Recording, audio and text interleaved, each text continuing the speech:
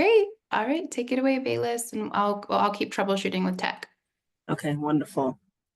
Well, good evening, everyone, and thank you for taking the moment to join us for this esteemed panel. We have a couple more panelists that we're trying to get into the room at the moment, but while that is happening, I'm going to go ahead and tell you a little bit more about who we have here with us today.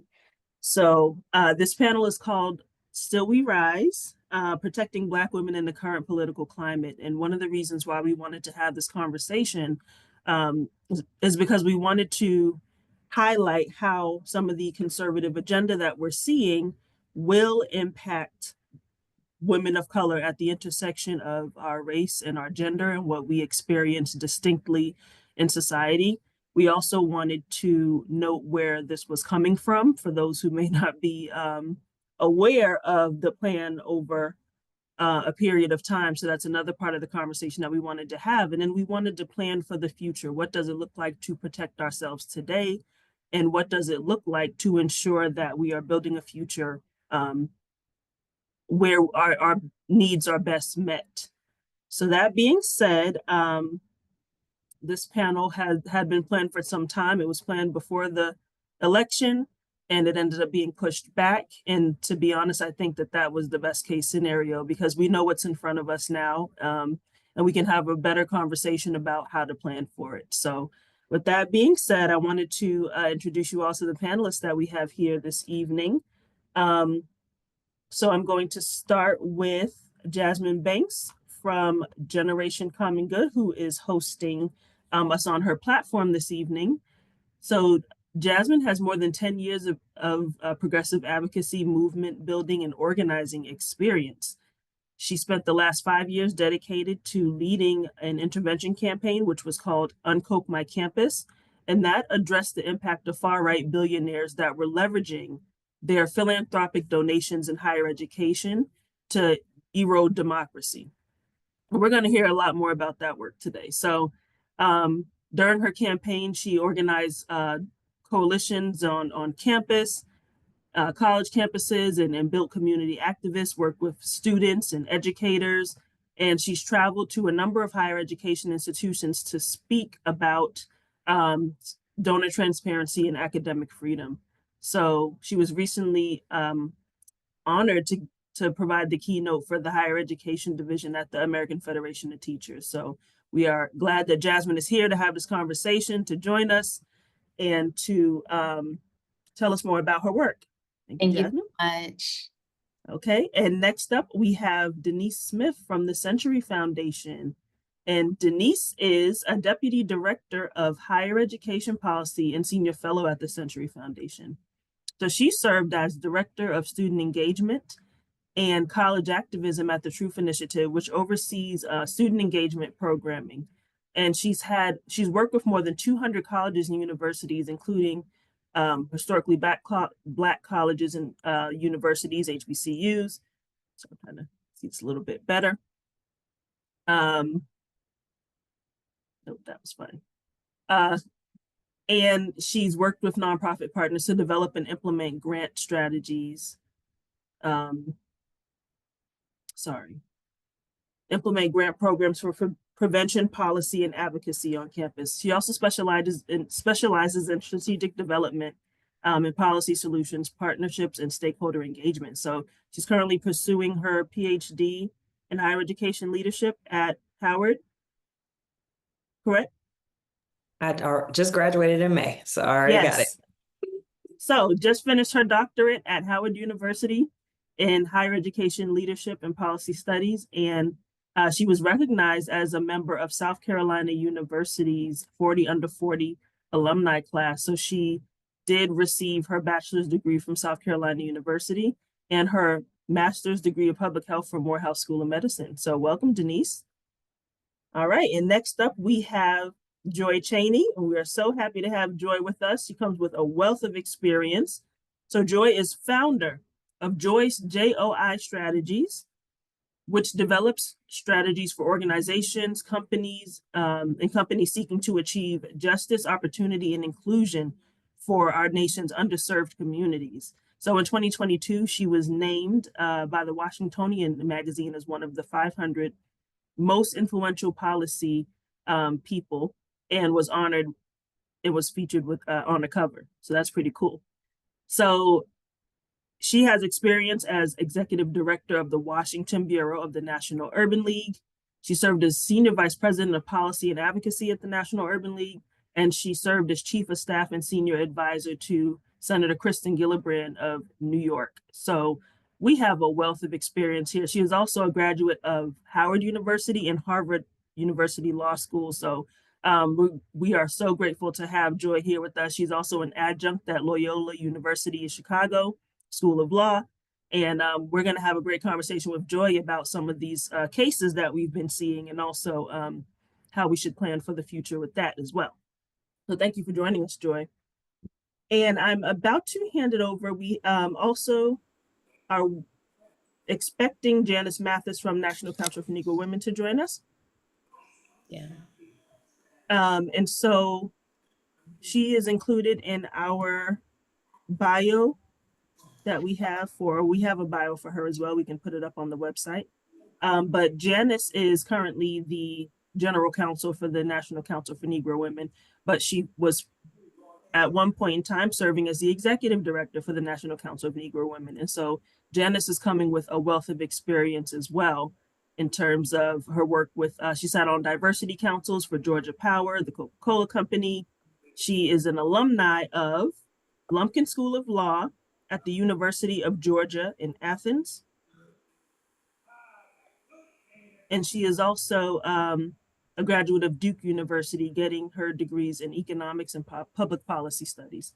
So she also served as general counsel and vice president of Reverend Jesse Jackson's Rainbow Push Coalition. So we are looking forward to having her join us and share her expertise as well. And as I pass it over to Dean Alfreda Robinson, wanted to note that Dean Robinson here is the brains behind the panel. She really wanted to have this conversation, and she wanted us to be able to come together and talk about how this conservative agenda is impacting Black women. So I'm going to give her some space to provide remarks, but for those of you who don't know who Dean Alfreda Robinson is, she is a professor at George Washington University, and she is going to, she's also a past president of the National Bar Association. We have a bio for her as well, and I'm going to pass it over for her to provide remarks.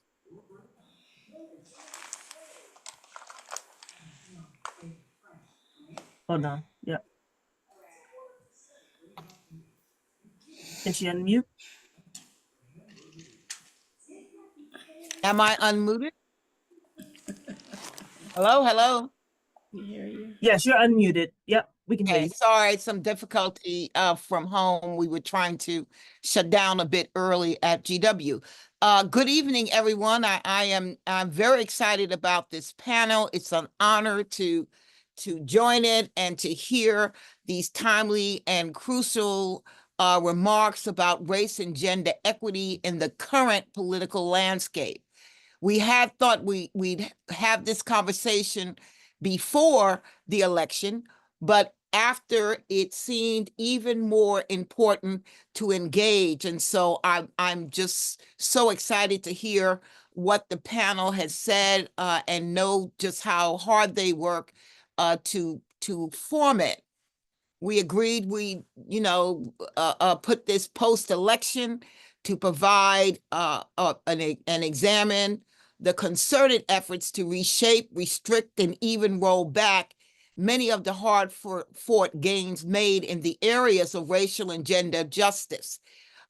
This came out of our Wiley-Branton National Bar Association Wiley-Branton annual conference, and decided we'd look at Project 2025 from all aspects. This was one of them, obviously, and we knew that there was an aggressive agenda to attack diversity, equity, inclusion programs in educational institutions and workplaces. And it was clear that these challenges now are more than just political talking points. There are substantial efforts to reshape the very fabric of our society in in ways that undermine the progress we've made toward equality and justice. So I'm very excited about being here to hear you unpack the distinctive impact these efforts have on women of color and others, and to critically examine the forces behind them. We are not naive, so we want to explore organized efforts from all areas and scrutinize the political and social movements that are working to push back against us. These threats are not imagined, and they are hampering not only our professional lives and social lives, but they clearly have entered quite aggressively to our campuses and universities. With that, I'm looking forward to this wonderful conversation and to become even more informed and inspired by the conversation. All right, thank you so much, Dean Robinson, and we're looking forward to having this conversation. So this has been in the works for some time. I just want to kind of set the tone in the room because I realized that maybe I started off, I felt a little bit nervous, so it's a little bit stiff. So I want to shake it off a little bit, and this is a safe space. This is our space. We can have a really candid conversation and we can breathe a little bit. So I'm still gonna be the moderator, but I'm gonna take a little bit of the mask off for a second. I'm amongst family. And can I add one more thing, Joy, as you talk about this? We still are you'll get a notice probably at the end of next week about the time capsule we talked about, that we wanted to put all of our views that were Wiley Branton plus post Wiley Branton in a capsule at the gravesite of our only female co-founder, Gertrude Rush. And we are excited that we're on the road to that. But I'll send you more information about that next week. Thank you. That's helpful. And to provide some context to all of you, this is a panel co-sponsored by the National Bar Association, which is the nation's oldest and largest Black bar association. Also co-sponsored by the National Bar Association Women Lawyers Division and the two subsidiaries of the NBA, which is the Greater Washington Area Chapter Women Lawyers Division, National Bar Association, affectionately known as GWAC, which is DC's Black Women Lawyers Group, J. Franklin Bourne, which is Maryland Bar Association, and the National Council for Negro Women, as well as Generation Common Good. So those are all the organizations that came together to make sure that this event could happen. So I'm going to get started with the panel. Please, if you have questions, hold on to them, put them into the chat. We will address them as soon as the panel is over. And so to get us started, we talked about wanting to do this panel before the election, but we're doing it the week before inauguration. So I want to do a little bit of table setting here. I want us to understand how we got to this point. So let's talk about where we are currently and what has happened up until this point. Jasmine, can you tell us a little bit more about, Joy, I have here for Joy and Janice, the conversation about Project 2025. It was really big before the election. What is Project 2025 for those who do not know? And how could it directly impact Black women and girls? Yeah, well, one of the things the Republicans, or the conservatives rather, have always been very good about is putting their ideas to paper. They did so in a Project 2020. And many of us, old enough to be aware of what they did, and they had envisioned a world in which you might have a Supreme Court decide a presidential election. And indeed, that happened in 2020. Incidentally, sort of what you put out there will occur. And they had begun, planning for how we ensure the legal apparatus of this country is conservative. And they started investing in young lawyers, making sure young lawyers were mentored by the likes of Clarence Thomas, like others, and they had a network of people. And those people would then become older lawyers and more mature lawyers, and they would rise in power and esteem, and they would one day be on the court. Like, for instance, Neil Gorsuch or an Amy Coney Barrett or all of the people on the court right now. the ones that are younger. Brett Kavanaugh. And so all of those people came out of Project 2020. Well, if Project 2020 worked, let's do Project 2025. It was penned and put together by the Heritage Foundation, and it's really a collection of all of their conservative ideas. I'm putting in parentheses frightening conservative ideas, but however your views are out there in the world, they're conservative ideas. And it goes far beyond just legal ideas, right? It talks about healthcare, it talks about culture, it talks about obviously voting rights, it talks about a range of things. And it's being written by the leading conservative policymakers, the people who are going to come to power on Monday at noon. Those are the folks. Now, the people that, get confirmation hearings, those aren't the people. Those are the yahoos. And so we might be laughing and saying, those people are crazy. They're not going to be able to get anything done. But that's where Project 2025 comes in. Those people are the experts at how to bring about all of these very scary ideas. They're the feet that are going to be moving underneath. They're the people who are going to be making all of these changes, people that are unelected, people, the American people. Project 2025 isn't even popular. Donald Trump has disavowed much of it, just to be fair. But we know he's lying because all of his public policy people and the people he's going to be hiring helped write it. And rest assured, they will help promote it. Janice isn't here yet, so I'll go ahead and talk a few of the things that are in it. And NCNW has also held a program on this. There are some specific things that are specifically related to women.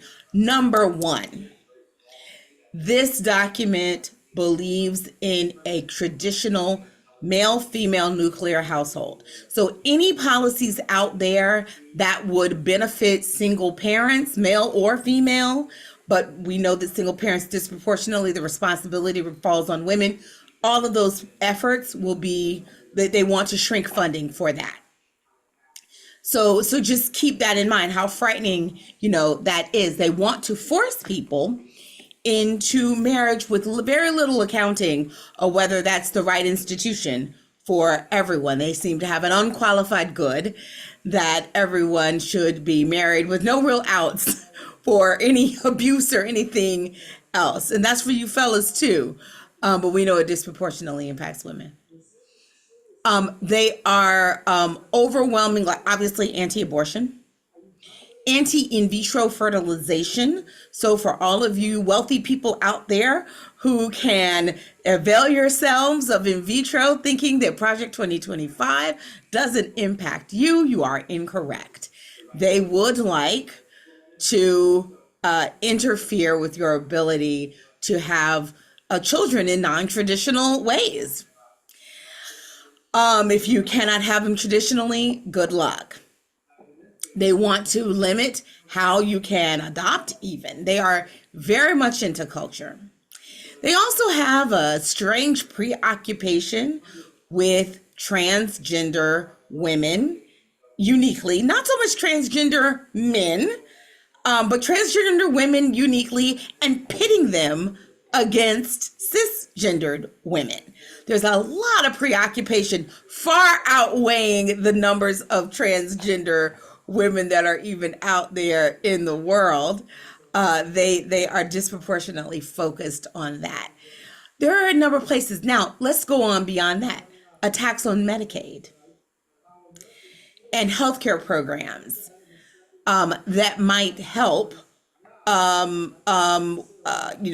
disproportionately women, right? And ensuring they have healthcare. Attacks, and that includes maternal health, incidentally. Interestingly, they have little other hidden tidbits like child labor.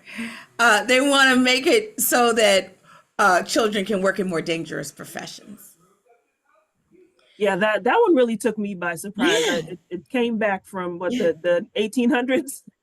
Yeah, they had to get that back. They want to use the Comstock Act to make it more difficult to send birth control around. So men and women who have availed themselves of birth control, I don't know if that falls into any of the categories here, I'm willing to bet universally yes. They want to make it more difficult for you to receive birth control.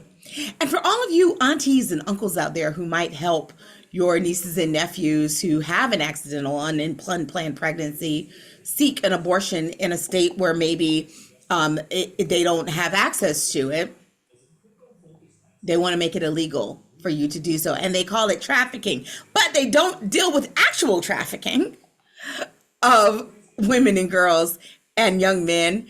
They want to focus on helping those who help young women seek abortions across state lines. So, again, they want to limit your ability to travel. We have a real problem in Project 2025, not in what people will publicly say about it. Many people publicly view these ideas as crazy, yahoos.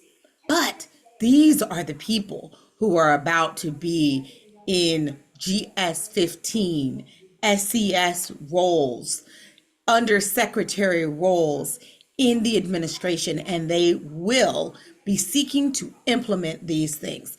The only benefit is that we have their playbook. This has always been their plan. But we now have their playbook, we see it, and so we see what to look out for, what to be watching for. But it is a very 900 pages or so diatribe on what they want America to look like, and it looks a lot more like Gilead than it does the current North America that we are aware of. So there's a lot to be frightened about. In part because most of it will be done behind closed doors and you won't even know it's happened until you look up, you go to do something and you're not able to. So I'll be more positive on my next answer. Yes, absolutely. So that was just setting the table for you all to understand exactly what it is that we're up against. And we're definitely going to get back to some solutions and how we can prepare ourselves moving forward. But just, I'm pretty sure you all know, but just to reiterate, where we are at. And so just to get an idea of how we got here, I wanted Jasmine for you to tell us a little bit about your work with Uncoke My Campus. Can you tell us more about that organization and your mission? Yeah, thank you so much. And Joy, thank you for setting the container for the reality that so many folks that are hearing about Project 2025 and the actual outcomes that are going to come down through the judicial infrastructure, through civil society, through policy, through the administrative state. Oftentimes folks go, oh, tinfoil hats, that's not going to happen. So I'm really grateful that you already came out, forgive the phrase, but like guns blazing around, like, this is real. Like, this is not, we are not in a Western movie. This is real. The threats are real. So I'm the executive director of Uncoke My Campus. We are a youth-based campaign that was fiscally sponsored project up until 2024, but is now a program of Generation Common Good. And Uncoke My Campus started because several young people who went to various universities but had been together in environmental justice spaces started talking about, hey, your professor is a climate denialist. My professor is too. What's going on with that? And so they began to look at who was giving grant money to these professors, why in 2014 in this, in the 21st century were professors talking about climate denialism despite all of the science and evidence. And what they were able to uncover was that all three of their professors were directly funded by Charles Koch Foundation.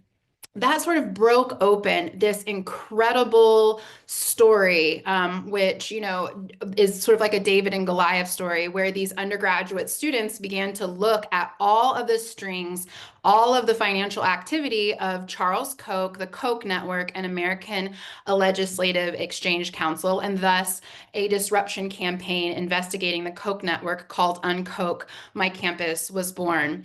But really, before we even think about the Koch network, to understand how we got here, we need to explain the long-term strategy behind what many people in nonprofit and civil society spaces might know as the Powell memo, but the general public doesn't.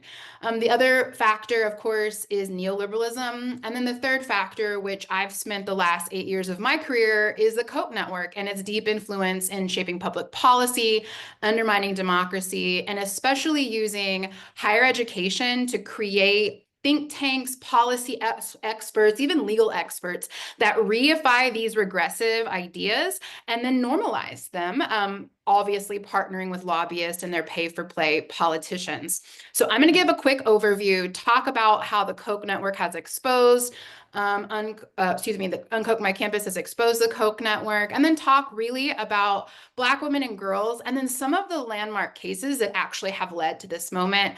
I am a community organizer and grassroots movement builder. I am not a lawyer, though I did watch Scandal and felt like maybe I could get into the lawyerly business. I don't know. I'll have to maybe have a one-on-one with Dean Robinson. Let's talk about the Powell memo. So it was written in 1971. It outlined a blueprint for corporate America that really was about combating progressive movements by infiltrating education, media, and politics. What it did was inspired the creation of groups like the Heritage Foundation, like ALEC, American Legislative Exchange Council, which then have spent decades, literally a 50-year strategy, driving what they call a conservative agenda that directly harms our communities, right? Marginalized people, especially Black women and girls. Then, of course, the larger cultural project of neoliberalism expanded this agenda by prioritizing corporate profits over public welfare, right? They were cutting social services, they were widening that racial wealth gap that we know about, and all of those gender equalities.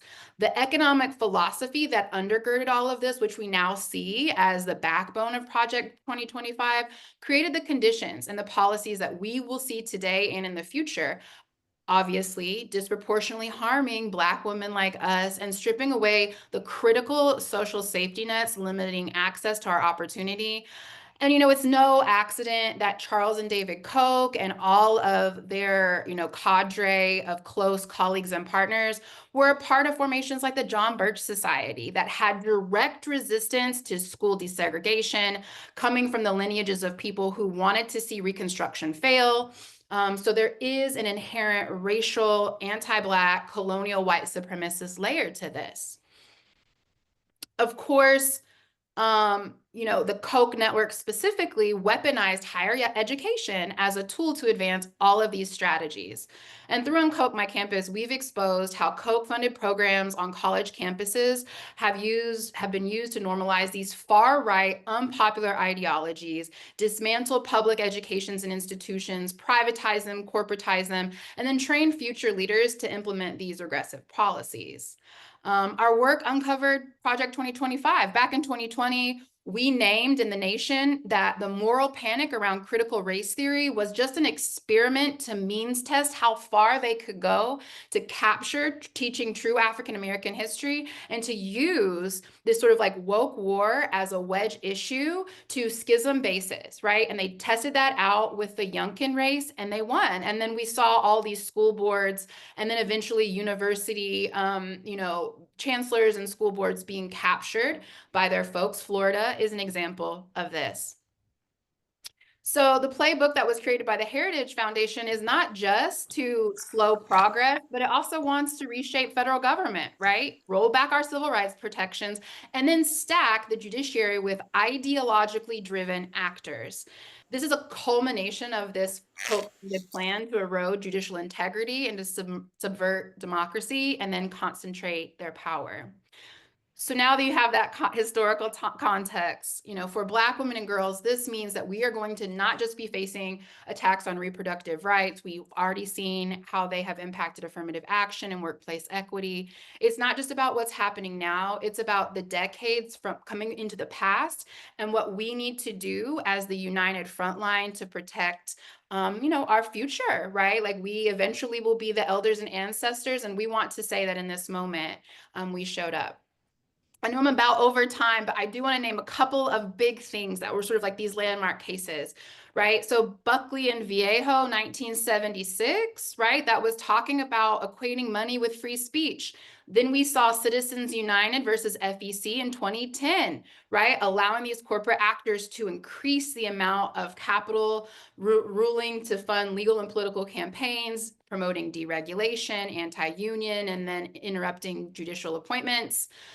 The third one for y'all to be considering, because this is y'all's little house, not mine, is of course 2018 with Janus versus AFSCME, right? How does it connect to Project 2025? It undermined labor unions and prioritized Koch-funded initiatives to erode collective bargaining.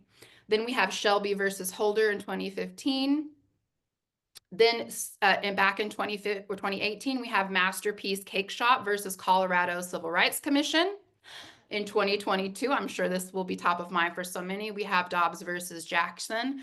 And now we're looking at Chevron versus NRDC and its potential overturn as well. And so when you think back, as Joy set the foundation for us, the first thing when it comes to the judicial fight was 1976 and prior, of course, but 1976. And then all of those moments creating precedent leading up to Dobbs, leading to eventual the Chevron overturn. So that is the container of how we got here. And I and my organizers, both students and alumni and community members, we are constantly filing records requests, investigating, creating timelines, and trying to map exactly how this dark money apparatus is trying to reify regressive realities that, look, our people fought and we are not going to, we're not going to give up any more ground than what we've already given up or lost, right? We're here. Yeah. So turn it back to Bayliss. So it sounds to me like we are fighting, we are battling something. It's a continued fight, at least from the 70s, that we've been pushing back against this agenda. I've also wanted you to share a little bit about some of what you uncovered in looking at how conservatives are doing their philanthropic work and how they're investing in their initiatives, because it sounds to me like folks are willing to play the long game and they'll sit and wait until the time is ripe or set up a time that is ripe. So tell us about what you found with the philanthropic. Yeah, so with all of the records requests, with looking at grant agreements that, in particularly in the last 30, 40 years, the Koch network, Heritage Foundation, other players that utilize C3 funding to advance their strategy. I had the pleasure of speaking with political research associates and their donor base, and they said, what is it that the Koch network is doing that progressive donors aren't doing? And I said, look, they are generous. They fund for years, not like 3 years, like some of our progressive funders who say, please fix racism in a year. Here's a $5,000 grant, and we would like a report within 3 weeks, right? But the Koch network, they will give unrestricted multi-year grants for 10 years sometimes. They fund experiments. They are not interested in necessarily 100% guarantee on return of investment. They understand that part of winning their ideological battle means letting 1,000, flowers bloom, whatever it is. They also have a lower threshold for people coming into their movement, right? I think that some of us in more liberal or progressive spaces, or however folks identify around like the conversation around left-wing social justice movements, sometimes our barrier for entry is really, really high, and we have a hard time practicing solidarity and being unified across our difference, whether it's analysis or tactics.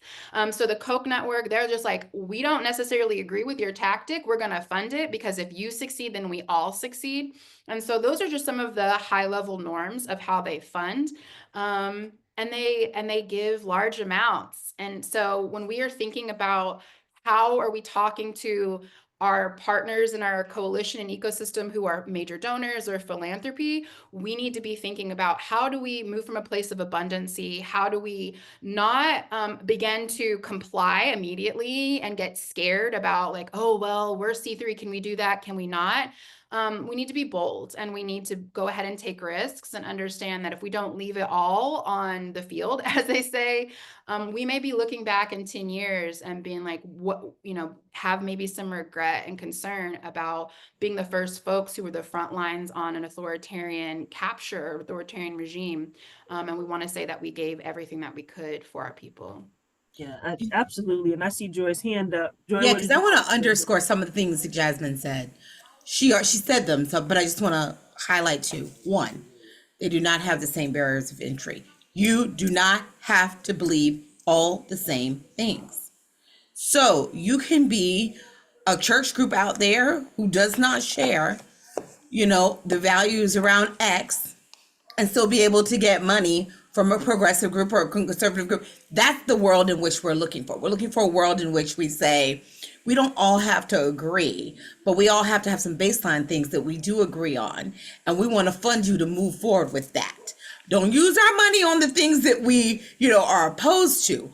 But if you agree with me on these things, we're friends. We can work together. All right. That's number one. Number two, they don't tell you how to do your job. They let them do it however it is that they do it. And they assume that if we're all swimming in the same direction, you may have this strategy, I may have that strategy, but we're all going to the same place. Those are two things progressive groups do not do, in addition to not funding long enough, not funding deep enough, right? They also just a lot of picking and choosing and switching strategies. And then we all have to go over here and then we all have to go over there. Conservatives have not done that. And they haven't been purists about who gets money and who doesn't get money. So those are things that our philanthropic community is going to have to think about. And they just simply have not done that work. They give you small amounts, want a lot of reporting. And if you know, one of the things I think that you have seen lately is you've seen individual donors like a Mackenzie Scott trying to reverse that by giving large checks, $20 million, $200 million, and saying, I don't want to report, or I'll get a report at the end of 3 years. Take this money, and the report's not longer than 1 page. Because she's trying to lower the barrier of entry. Yeah, and thank you for underscoring that, because that's part of why I wanted to have this conversation. So if you are if you work in philanthropy, if you know anyone who does, please spread the word.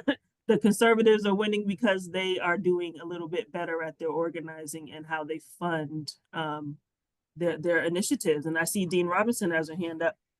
I didn't know if we had, I can't see the name, Denise. I didn't know if Denise was waiting to speak. Yes, Denise is going to share. I can go ahead and ask, because we are talking about higher education, and Jasmine has highlighted how this is going to impact women and girls, and so did Joy. So Just work Denise, I do, but that's why I said I wanted to hear her first. Yeah.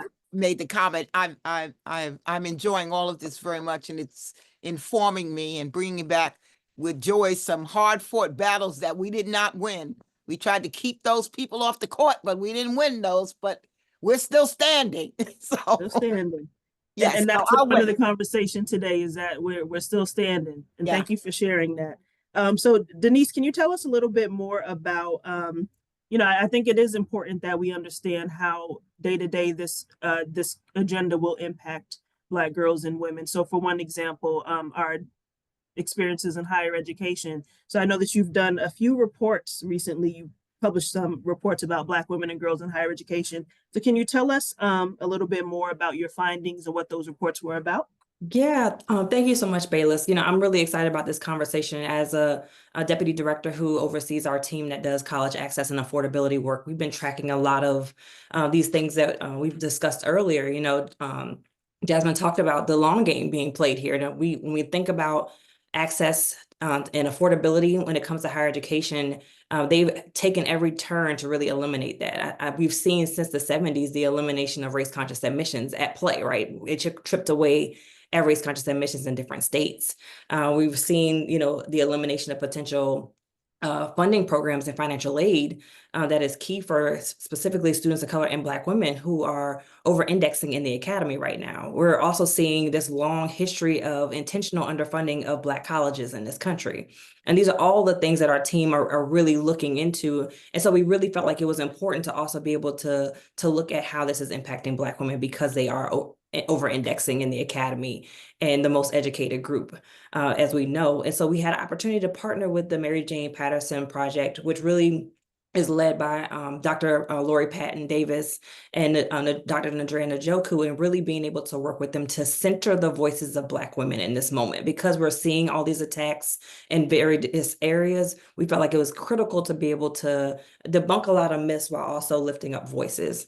I know I had a lot of conversations with our editorial team as we were developing this report series, asking a lot of questions.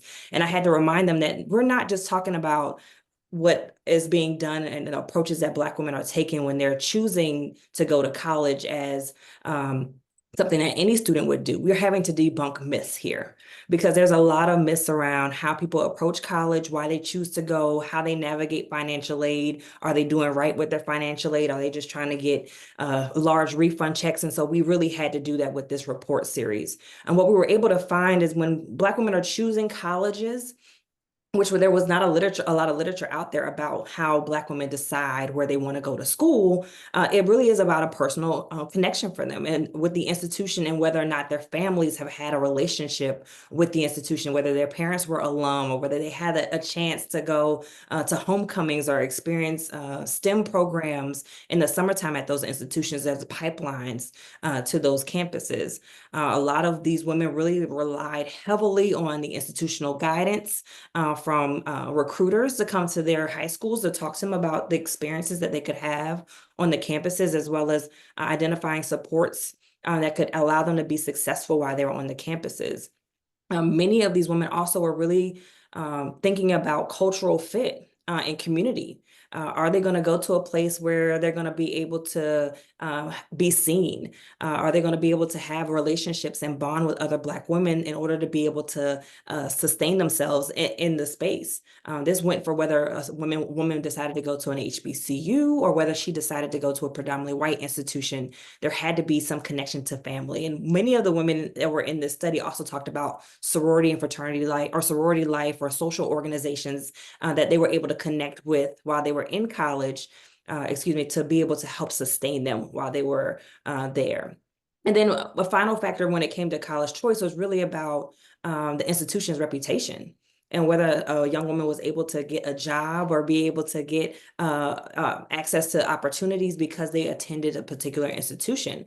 These women were very intentional about identifying places that were going to allow them to be able to have upper mobility in their life and thinking about their mothers, or that may be a single mothers that were helping them go to college and making sure they had the financial aid packages in order to do that.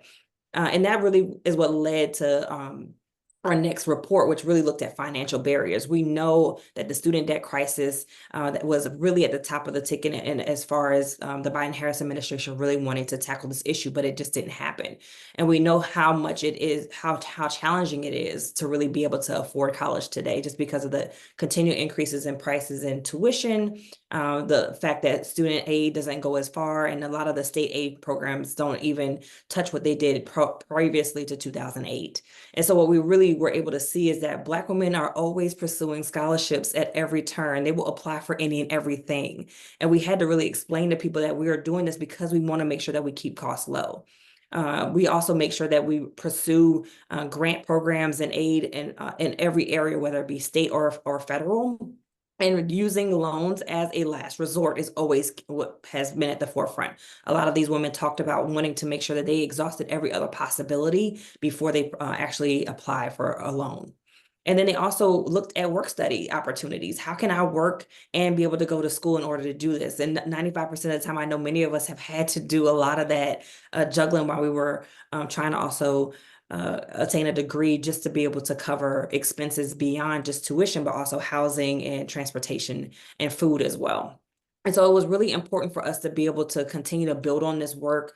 Working at a think tank and as a progressive independent organization, we understand our role as this intermediary between the academy and Congress. And so it was really important for us to make sure that we put strong policy recommendations that really take into account the need for additional aid, the need for there to be more pipeline programs, because we know that a lot of the reasons why a lot of these selectively public and private institutions are having difficulty recruiting Black students is because there's a failure to be able to embed themselves and connect to other communities that may have low-income students in their schools. And so there's a real need for us to be able to put these recommendations in the hands of people that can make a difference. And so we had a chance to really engage with the Congressional Black Caucus of the Caucus of Black Women and Girls, to really talk about this work and the need that they see as far as being able to amplify and lift up the voices of Black women moving forward. One thing that we realized that was a gap that we really want to continue to fill in this last report around persistence is that we also felt like there was a need to be able to talk about how Black women continue to persist in spite of all of these challenges, and yet we are still in the need of being able to find ways to be able to alleviate a lot of these challenges when it comes to accessing higher education as well as economic mobility. And so people kept asking the question, well, why are Black women pursuing so many degrees? Why are they, pursuing masters and PhDs? And it's like, because we have to, right? It's also in order to be successful in the career space, in the workforce, in order to be able to get the salaries, to be able to change your family's wealth trajectory and being able to create generational wealth, you have to pursue these degrees in order to be able to get the salaries. If we know that we work in spaces, all of us have worked with people that don't have as many degrees as we do, but sit right next to us or maybe make more money than we have. And so it's important for people to understand that there is this economic and pay gap issue that we still have to address when it comes to Black women. And so it's really important for us to continue to not let up and not allow people wanting to demonize words like equity and adequacy. And when we talk about the needs of funding and support and resources for people to attain a college degree, but continue to be strategic in how we mobilize each other to be able to do this work. And so we're continuing to have this conversation with the caucus. We're continuing to strategize and think through how we can partner with other groups to be able to do more of this work, to be able to amplify the voices of Black women and continue to think about how we can build up opportunities for ourselves within our own spaces. Oh, yeah. Thank you for sharing that. So it sounds to me like Black girls and women, when it comes to higher education, value spaces where they will be seen, where they are invited and welcome through programs like outreach, direct outreach, and strategic outreach to their community, and also like scholarships that will keep them there, seeing other people present on campus that they can connect with and network with. So seeing that kind of priority dismantled or seeing people step away from it is worrisome.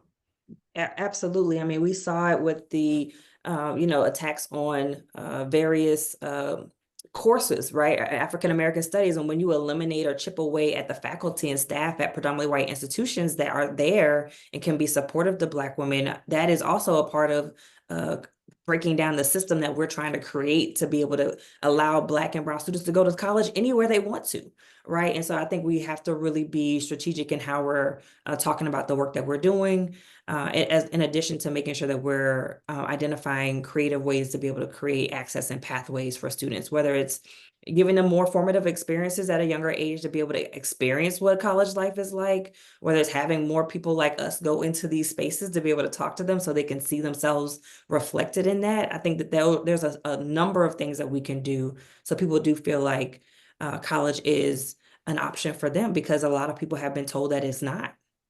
Mm-hmm. Absolutely, and they don't see themselves there. And so we're going to open this up shortly for a Q&A. So please, as it says here, you have any questions, please use the Q&A function, because we're going to get to them and we're going to open up the discussion shortly. But before we do that, I'm going to ask Joy, I'm going to ask you a two-pronger here. So the first part of the question is, we've seen a lot within the past few years, some pretty significant decisions come from the Supreme Court. There are a few named in the chat, but what comes to mind for me in this moment are the Dobbs decision, the Chevron decision, as was mentioned earlier, 303 Creative, Students for Fair Admissions, versus Harvard and UNC. So my first question is, what do these cases mean for the movement to attain and protect civil rights?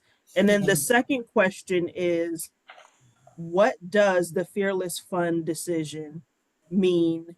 Sorry, the Fearless Fund case. There was no decision. Thank you. We'll talk about that. But what does the Fearless Fund case mean for DEI programs moving forward and programs that support Black women and girls? Yeah, so a couple of things. One, what all these cases, I'm gonna start at the end. It means we're gonna have to show our work. The assumption that people are all, are agreeing that we want to reduce disparities for people of color, for women, for people with disabilities, that it just, there is no common understanding about that. And to the extent any of our changes, maybe they would be fine with those changes if they could just keep their status quo as the way it is. But to the extent any of these changes disrupt their status quo, disrupt their power, disrupt their money, they will fight back at it.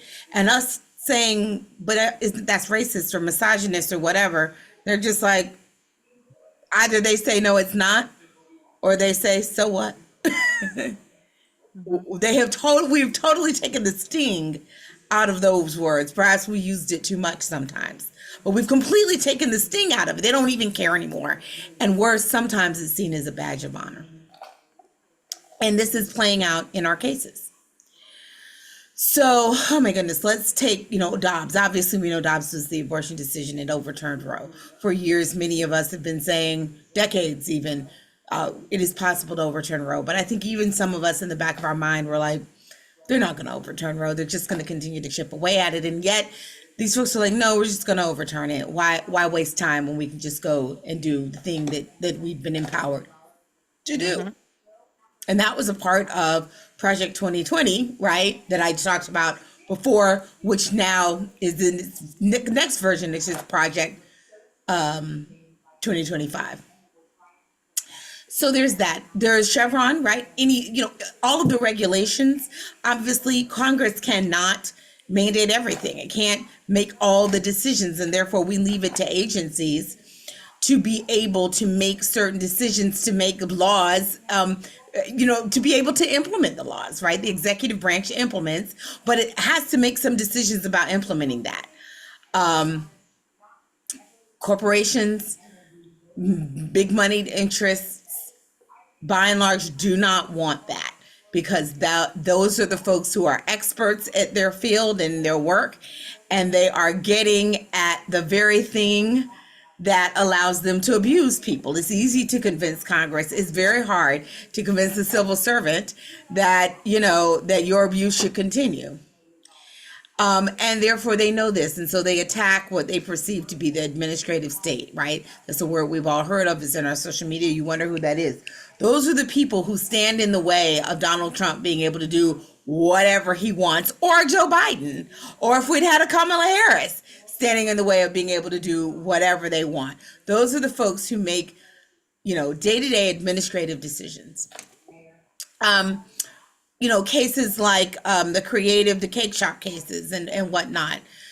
Those are ones where I think, some good people can disagree. There are First Amendment issues there, about whether or not, you should be able to, as a business owner, be able to not engage in certain types of expressive activity. But the thing is, it has reverberations for business owners who may ultimately want to stop serving you because you're Black, or someone because they are transgendered, or someone. So it's not just about their expression. They don't want to serve you, right? No matter what you're asking them to do. They don't like you. They don't like the fact that you're gay.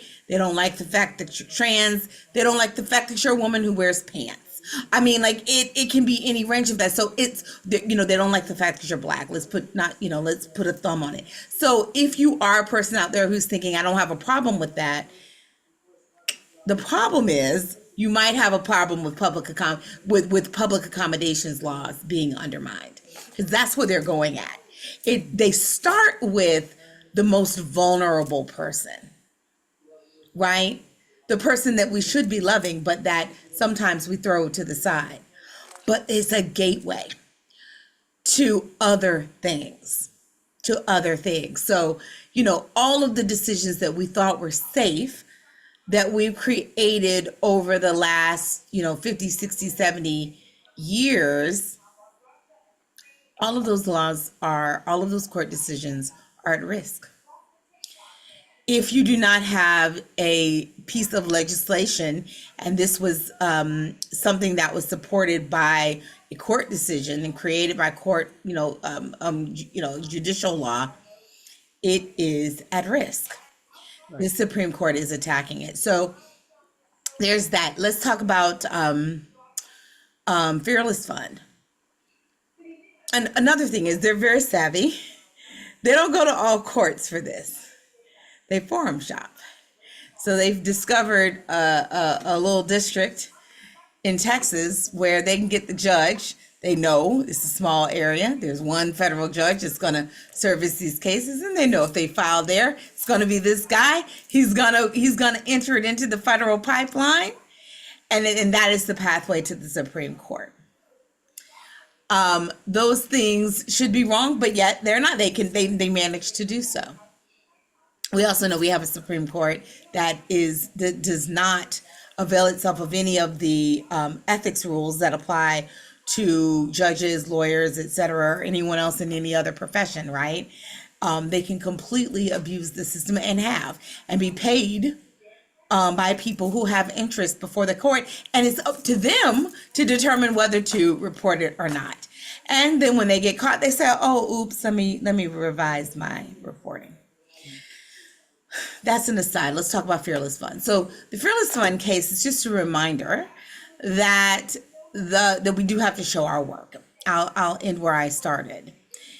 If you are looking to dismantle longstanding discrimination with equity programs that are affirmative, right, that do take into account gender and race, to try to close gaps and to minimize bigotry and discrimination systemic that has lasted over the course of our country's history, you are going to have to show your work. You're going to have to prove why it is in a compelling state government interest to do so, because they're going to fight against it and say that it is racial discrimination, that it is sex-based discrimination, etc. Against, of all people, the most privileged group in the country, white men. That is where this is going. And of course, while they won't end there, they're starting with who they perceive to be the most vulnerable group, Black women. Okay, so second only to trans women, you got Black women like those who are on this call.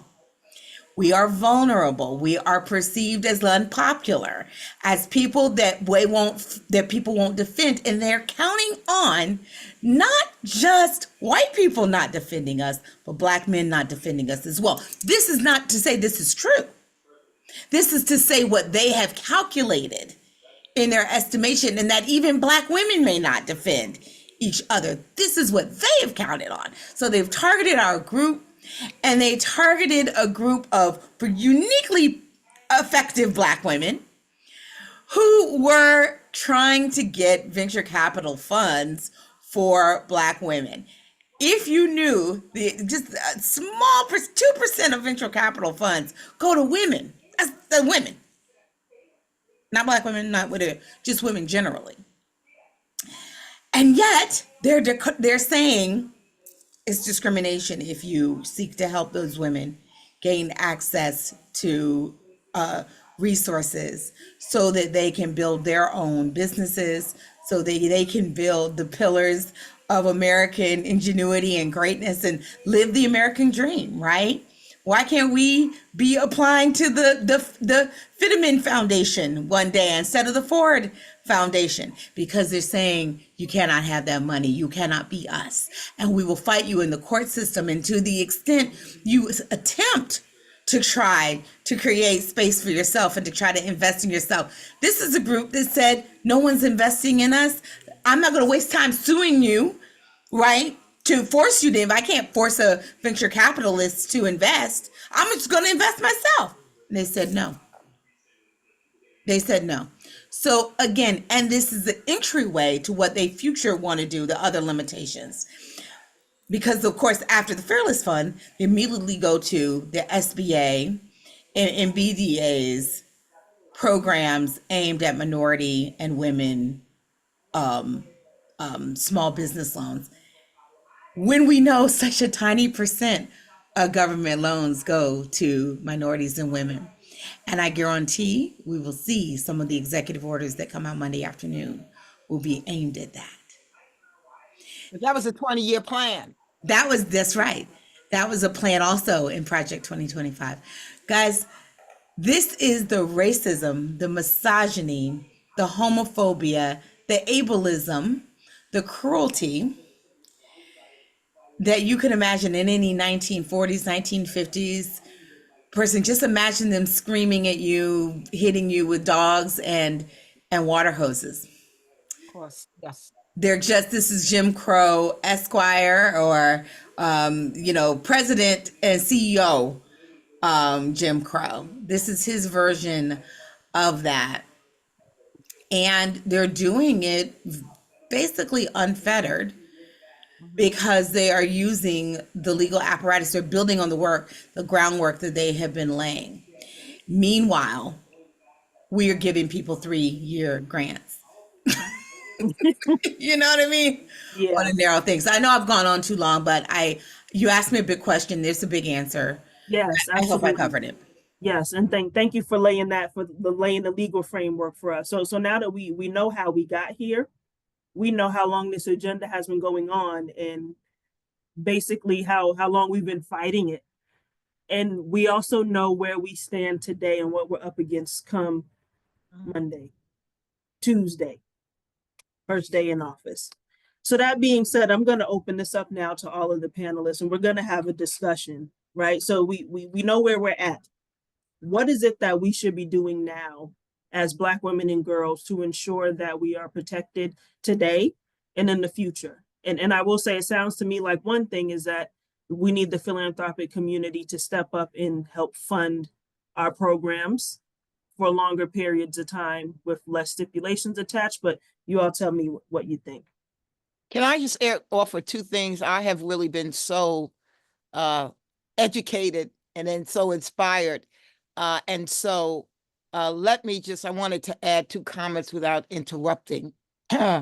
First, do you know what's going to happen in 2045?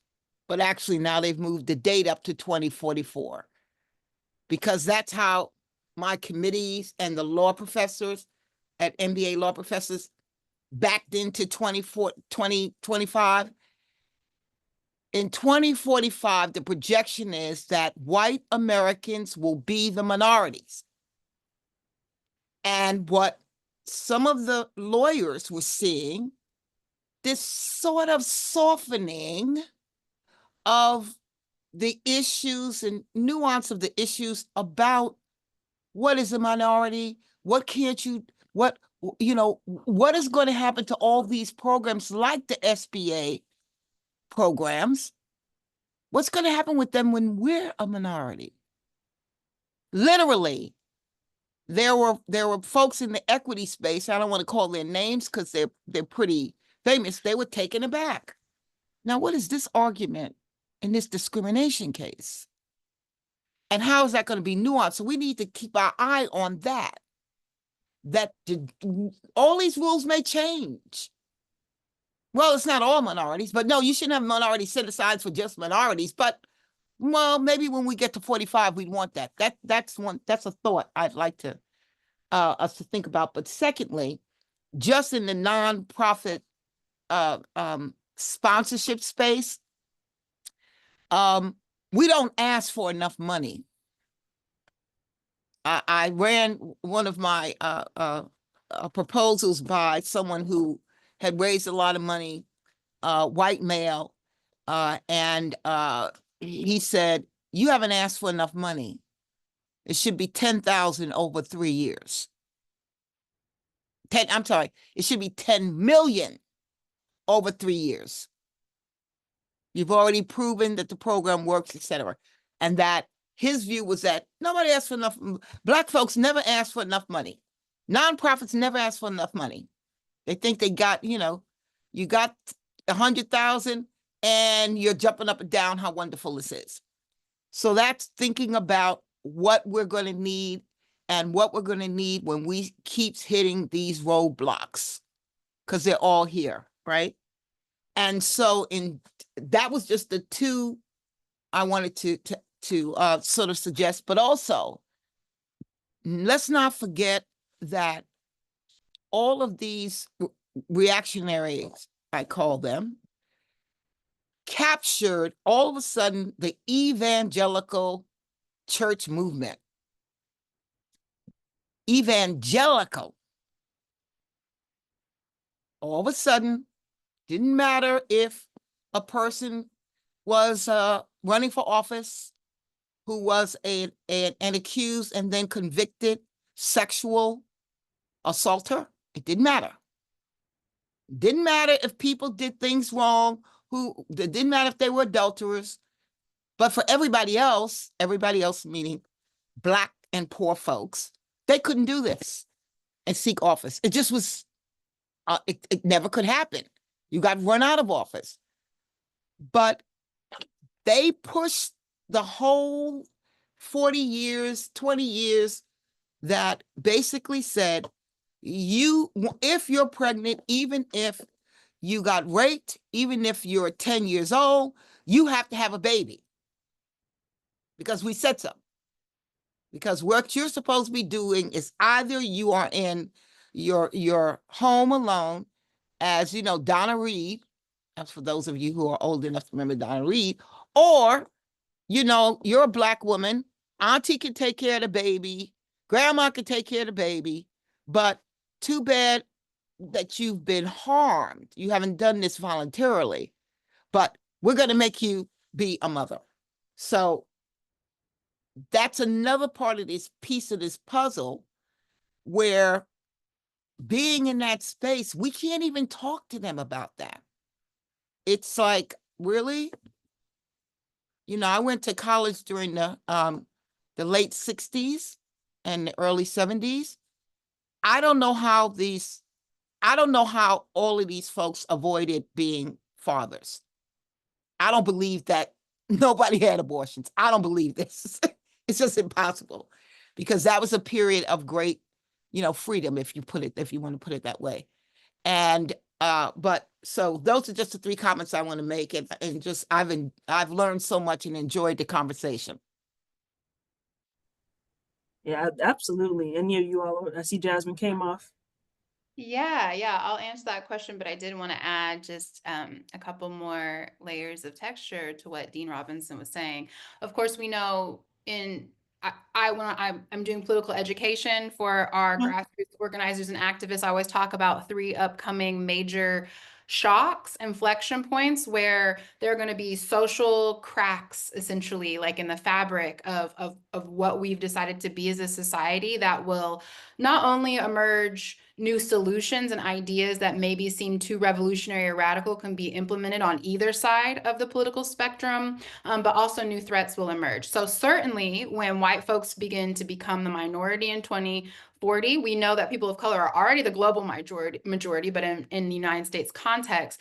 The second shock that a lot of folks aren't thinking about, that legal professionals in particular need to start considering as well, is that in 2030, in 5 years from now, the non-religious identity of folks who identify as non-theists or religiously unaffiliated will become the majority populace of folks who are voting, that are part of the electorate, and also helping shape the outcome. So that schism of Christian nationalism, of highly theocratic folks holding the reins of power whenever the masses are actually not necessarily oriented to a theistic or religious institution, is an invitation for more conflict, but also for opportunities of shift. And then the third one that a lot of folks aren't thinking about, it's happening right now, but will peak in 2045, is that the baby boomers and the silent generation are passing down the most wealth that is being transferred to younger generation. More than $84 trillion is being passed on to younger generations. And that's going to highlight those racial wealth disparities that Black women in particular and folks that come from African American and Black immigrant families, we don't have that generational wealth, right? So we're going to see that disparity, and it's going to create conditions for more strife and struggle, but it's also opportunities. So back to your question, Bayliss, as I said, whenever I introduce myself, I am, I'm a grassroots movement organizer. That's how I think about things. And I think about three things that legal professionals can do to really support.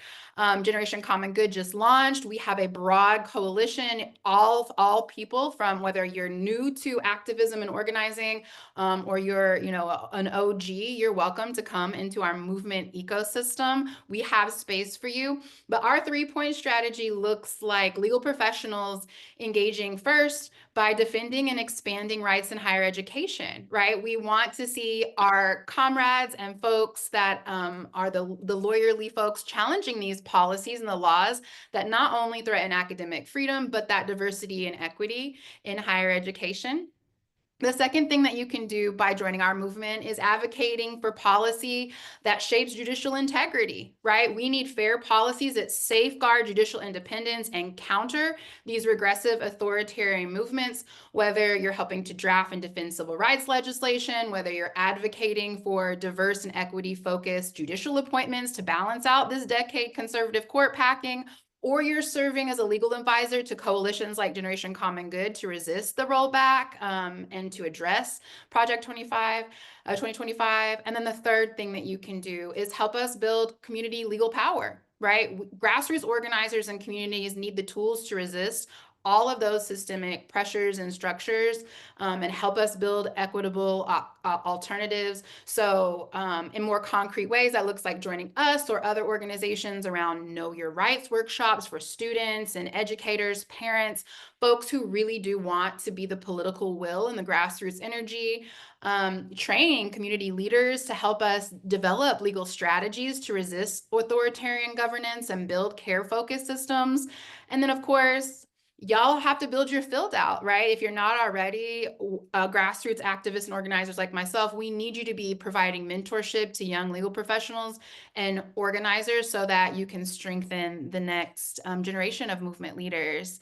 And with that, I'll pass it to everyone else, but I do just want to say thank you so much. Your brilliance as Black women and leaders in this space gives me hope. I have spent the majority of my time this week, last week, and the week before anchoring the nearly 70,000 people that we are expecting to mobilize at the People's March this weekend.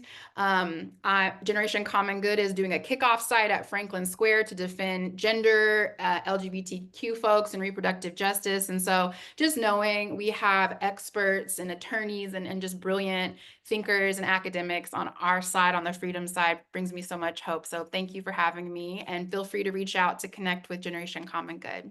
Back to you, Bayliss. Thank you. So one thing, Denise, I see you have some thoughts, and we do have a question in the chat. I'll get to that, and then I'm going to wrap us up really nicely. But Denise? No, I was just going to say I'm not an attorney, but from the policy perspective, we're having to keep a watchful eye on federal policy as well as state policy at this point, because we know that a lot of the shifts that are happening in the federal space is going to really put a lot of onus on the states to make some decisions about who has access to higher education. And what we're really seeing is a matter of the haves and the have-nots, as Jasmine talked about. If you don't have wealth, if you don't have access, if you don't have money to go to school, then you may or may not be able to actually get a degree. And it's really laying the groundwork to be able to create this divide in, where we are when it comes to education and people in this country. And so what we're really looking at, we know that there's a potential with this upcoming reconciliation bill, There's also potential for the CCRA to be reintroduced. That was introduced in the 118th, that really eliminates some key financial aid packages and programs for Black people that are accessing. Parent Plus loans, Grad Plus loans are the top of the ticket to get cut if this bill is reintroduced.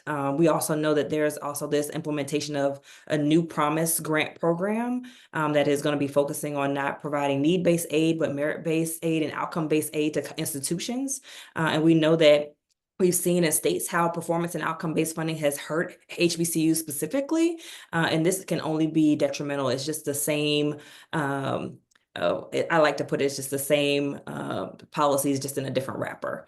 And so we really have to be mindful of what that looks like. And then there's also within that CCRA bill, there's also risk sharing, which will require institutions to pay money for the amount of students that may not have paid out their loans for that year. And so annually that could cost institutions hundreds to almost millions of dollars that they would have to pay annually. And if they don't pay that money, they lose access to the direct loan access as eligibility, as well as Pell grant eligibility. And so these are things that we're mindful of. We have a piece coming out at the end of the month that really talks about it. And we're going to be talking to folks on the Democratic side of the Ed and Workforce Committee about a lot of these bills and others that I'm sure we're going to see a lot of executive orders, as Joy talked about, come down the pike in the coming weeks. So we just have to be mindful, but also pace ourselves in the process and not be overwhelmed by what this looks like. And I'm continuing to collaborate and talk to other Black women that sit within this policy space to talk about how we can collaborate and strategize with each other too. So I think that's going to be also just as important as we think about how we should be advocating for things on the Hill and who we should be talking to. Yeah, and can I add that was great. Thank you for sharing that. It helps to know what the CCRA does, because I've heard the acronym and I've heard it said, but I haven't heard more about the risk that it poses to our community. And I'll just add on to that to say, to plus one to the both of you, to say it's going to be important in this moment to find your community, to find your tribe, support one another through all of this, and fight back the best you can. In addition to pivoting a little bit, I know in the work that I do, in the advocacy work that I do, a lot of my strategy is going to turn into a heavier state focus. So yes, I'm going to be pushing back at the federal level, tracking bad things, highlighting them, and doing what I can in that space. But when it comes to state work, I'm going to have to, if I want to see things move and get done, have a more state and local shift to the places that are right to get some of the progressive work that I want done. And protect our rights. And so here's a question that we have from one of our users here. It says, in the last Trump administration, we saw a big push to fill the courts with people with his ideologies, including many unqualified people. So what, if anything, can we do this go around to try to better fight those appointments? So, I mean, I don't know who that was to, but there are a lot of scary people out there. We have to know, one, we have to call in. So we've talked a lot about what others have to do. What do we have to do? We have to mobilize our people, the people who share our values, views, common cares, to call their members of Congress, and not just the Democrats, but also the Democrats, right? You have to call every member of Congress. I've been a chief of staff. I'm telling you, they want to know how many people called on this issue. They want to know, I'm hearing from both sides. I'm getting letters from both. That's fine. But oftentimes they don't hear from us. We don't communicate. We don't send in letters. We don't even do some of the bare minimum interactions. So we have to do that. We have to do that. And if you are, an impacted community, you have to do it. If you are an ally, you have to do it. You have to call in. That's really important, including on these nominees, to express your grave concern. We have to submit letters for the record on our grave concerns with the nominees. But that being said, we are a winner-take-all system, friends. You got to vote. In 2 years, you will have, well, in some places in less than that, right? If you're in Virginia or whatever. But for the country, in 2 years, you'll have an opportunity to vote again. Vote. That is the time, because there is no real second bite at the apple. Donald Trump is going to get in the vast majority of his nominees. If we haven't stopped them prior to them getting a hearing, chances are they're going to get through And that's as to be expected. And that's what happened during Biden. And that's what happened during Obama. So that's to be expected. These Republicans aren't wrong. Their people voted for this guy. He gets to have his nominees. The question is, who will you vote for in the next 4 years? Who will you vote for in the next 2 years to make sure you have a Senate that can provide the right advice and consent? That's really it. We failed in November. We failed in November. It was an epic fucking failure. Yes, it was. Yes, it was. Okay? A lot of our white friends, they failed. We didn't fail, many of us on this call, but some of our cousins did. So we got to do it again, because once it's through, let's not pretend many of these nominees are going to get through. All we can do is nothing left to do but the shouting, right? And the shouting is important. You want to give every Democrat pause, make sure that they're not voting for these people, right? We want to have universal understanding there. We want to give the Republicans, they only need 4 votes to peel them off. So if you have influence in a state where you might have a Republican who's on the, if you're Mitch McConnell in Kentucky, and you have an RFK who doesn't believe in vaccines for polio, and you're Mitch McConnell and you survived polio, we ought to be pressuring him not to support this guy. But chances are they're going to get through. We missed our opportunity. Let's be ready for the next time. Yeah, and Joy, one more thing I wanted you specifically to share with the group, because the other day you came to a meeting and saw us a little bit tired. And what did you tell us in that meeting about getting ready for the fight and pacing ourselves? Can you share that with everyone here? Look, this is, there's a season for everything. Right. This is our season to reevaluate, recharge, okay? Refill our coffers, right? This may be your time to both exercise a little more, make a little money, write a little bit, do all the things that sometimes we can't do when we're just, when we're running the table. So this is the time to reevaluate how you do things, to reevaluate who do you need to be talking to in your community, who do you need to be investing in, so that when you're ready to talk to them about who to vote for, they're not like, here you come, Johnny come lately. And that includes you too, right? It's not just the Democratic Party. Many of us have left behind our family members. We've left behind our friends. And let me tell you, it's easy because you're just like, I ain't got time for y'all. But the problem is we come back every 2 and 4 years and we ask them to vote and they're like, where have you been? So this is the time to invest in them. If you have families that have mixed engagement on politics, whatever, this is the time to have those conversations. This is the time to figure out who you want to give to. Do you want to run for office? Are you ready to do so? Do you want, a lot of us are getting involved in the DNC and levels that in the DNC leadership, while we don't have people of color who are running for the top job, many of us are saying, and I want to make sure that I'm, a vice chair or a secretary or whatever. This is the time to do this. If you are a generation who is looking at an older generation and saying, I'm sick of y'all, that's okay. Say it. Say you're sick of us. No problem. No problem. You say it loud, say it on Twitter, say it wherever. But then run. Don't just say it. Do something about it. Push us off. That's okay. That's okay. That happens in a healthy democracy. But ultimately, you also have to take care of yourself. If you are not healthy, if you are not living, you have to do that. You have to reinvest in your friendships, your community. You have to remain hopeful. And you also have to look out for warning signs. If people are pitting you against other groups, it ought to set off alarm bells. It ought to be like, this don't sound right. Even if you might have a problem with those other groups. A lot of focus is on trans people right now. I can't believe I'm talking about it so much, but because we know within our community, we are targeted for these messages. They are targeting you guys because they want to separate you, not just from trans people, but from yourself, because a lot of the things that are benefiting them have origins in you. They don't win if they attack trans people. The attack is on you. You're right. You're the focus. You're the focus, but they do it through another means. Don't be stupid. If your gut, if you feel like you're being separated, this is why we know Project 2025 is infinitely suspicious. They have a preoccupation with an incredibly small minority group. There's something wrong with that.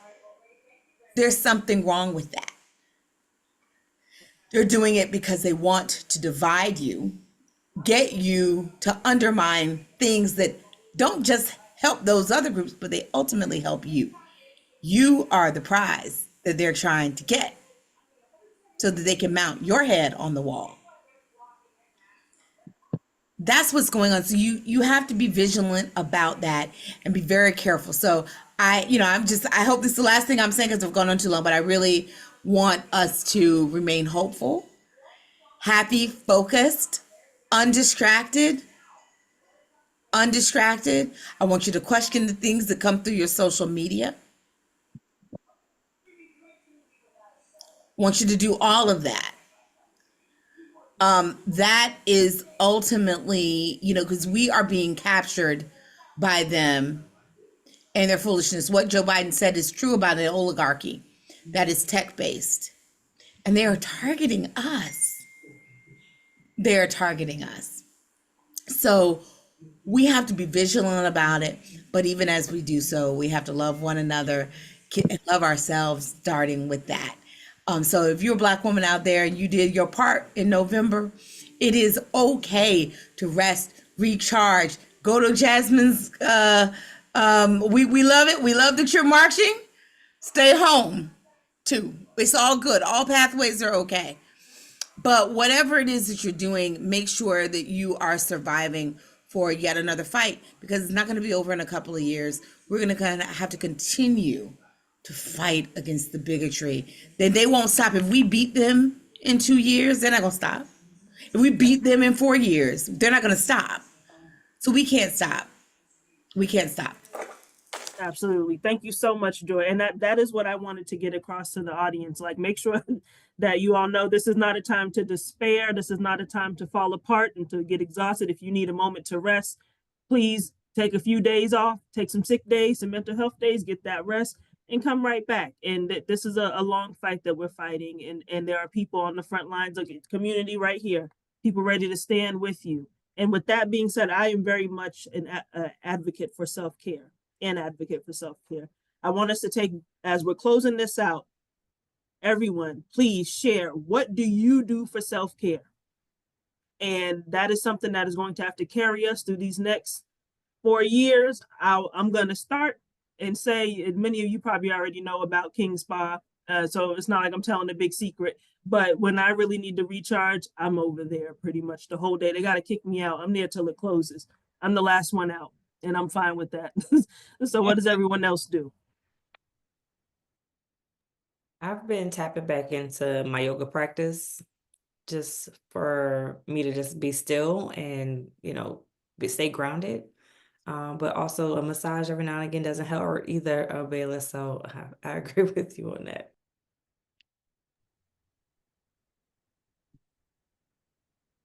Dean Robinson, what do you do? No, I was going to let you go first. Oh, well, listen, mine is less spa-like. I am a quad skater. I have been roller skating since I was, 8 years old in Tulsa, Oklahoma.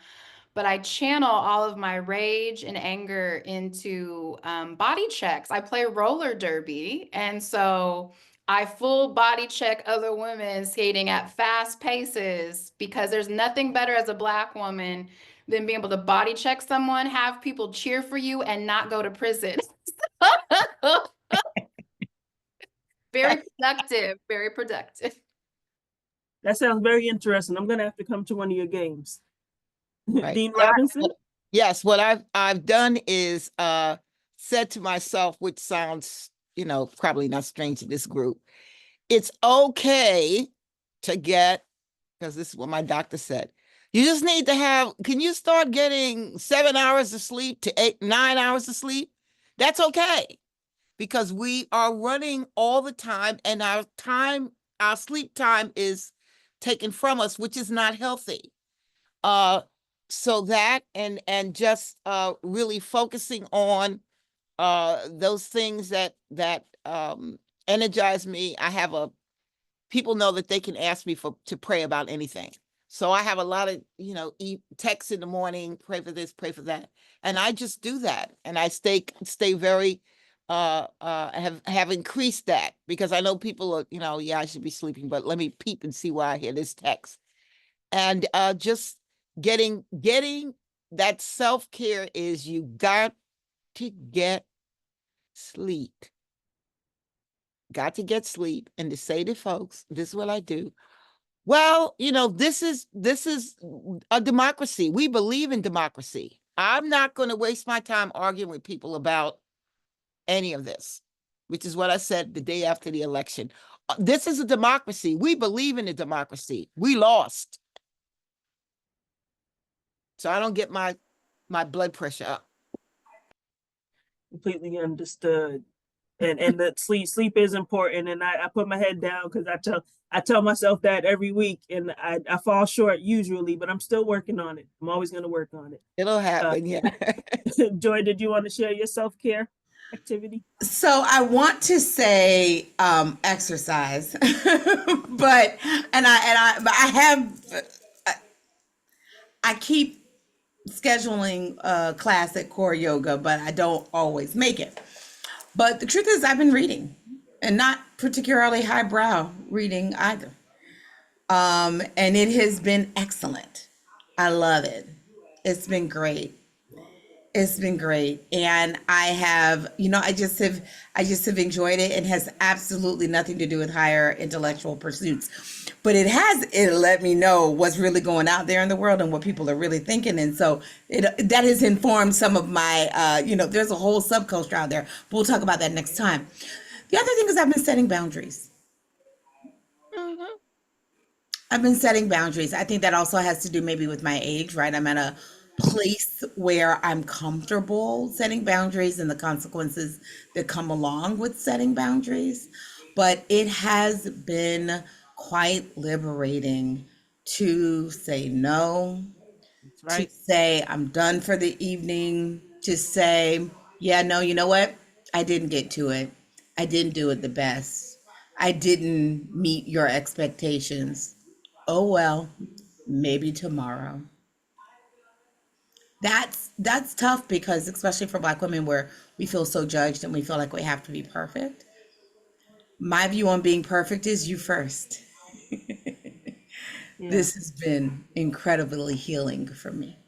Right. No, But no when is a we full talk sentence. about that, Bayliss, it's okay to say, I'm not going to go to events every night.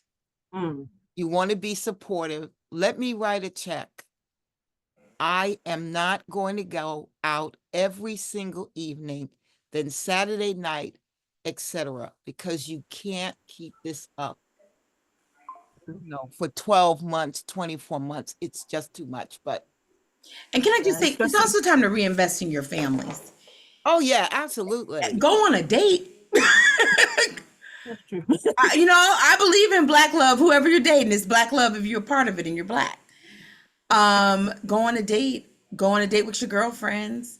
If you invest in your children, if you don't have any children, invest in yourself. You're a family of one.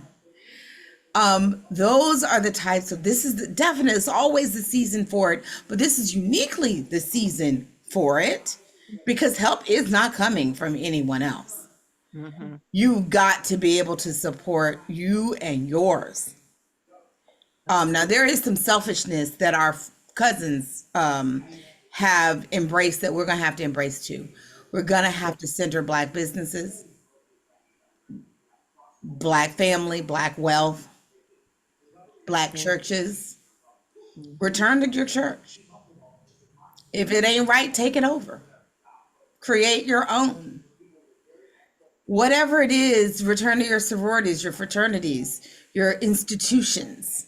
Reinvest in them. If they are not right, you're still in America, and America's not right. Invest in the National Bar Association. It's not perfect. You're still at your job. It's not perfect. Right. Yep. Okay. Yep. And just flagging too, the National Bar is celebrating their 100th this year in Correct. July in Chicago. GWAC is celebrating its 50th in March 15th. Keep an eye out for that. Yes, please lean on the institutions that have been here, that have held us through. You know, when you're looking at the National Bar, that's before even Brown versus Board of Education, that decision. There's a whole history to how the National Bar was founded. So, you know, lean back into those organizations that have been here and have been surviving through all of this. So, Last question. Are you going to repeat this, Madam Bayliss, at the convention? yeah. You know, I'll have to ask these lovely panelists if they want to come out to Chicago. Anything you ask Bayliss, we're going to do. You all, we didn't talk enough about Bayliss and her exceptional work on behalf of women and girls, especially in education at the National Women's Law Center. No, and I argue this has been a phenomenal panel. Thank you. I would say that I've, you know, there are tons of panels that go on all the time. So my question is, do you want to, if that's the case, we need to put together the CLE package, send it to, you know, the coordinator. Mhm. I think it's just phenomenal, and just Yep. say that, you know, we'll do that. So, Okay, I'll follow up with you. A CLE would be great, actually. I don't very have a good. problem putting As that long as I together. don't have to write it up, you can just put my name I on can there. write it up. I'll forward it. I'll send the email. I want to do this panel. I think this is the third one that I've said. I Oh, have CLEs I want to do at the convention, but that's okay. And we'll get Janice on, because the work that NCNW, National Council of Negro Women, a lot of your traditional organizations, they're having a comeback, guys. They're having a comeback. Don't sleep on them. They are getting younger leaders who are more nimble with newer strategies. Let me tell you, and that's to build on the great work of those who've come before us. So don't overlook them. Reinvest in those organizations.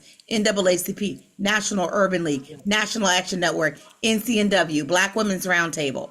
Find them in your communities.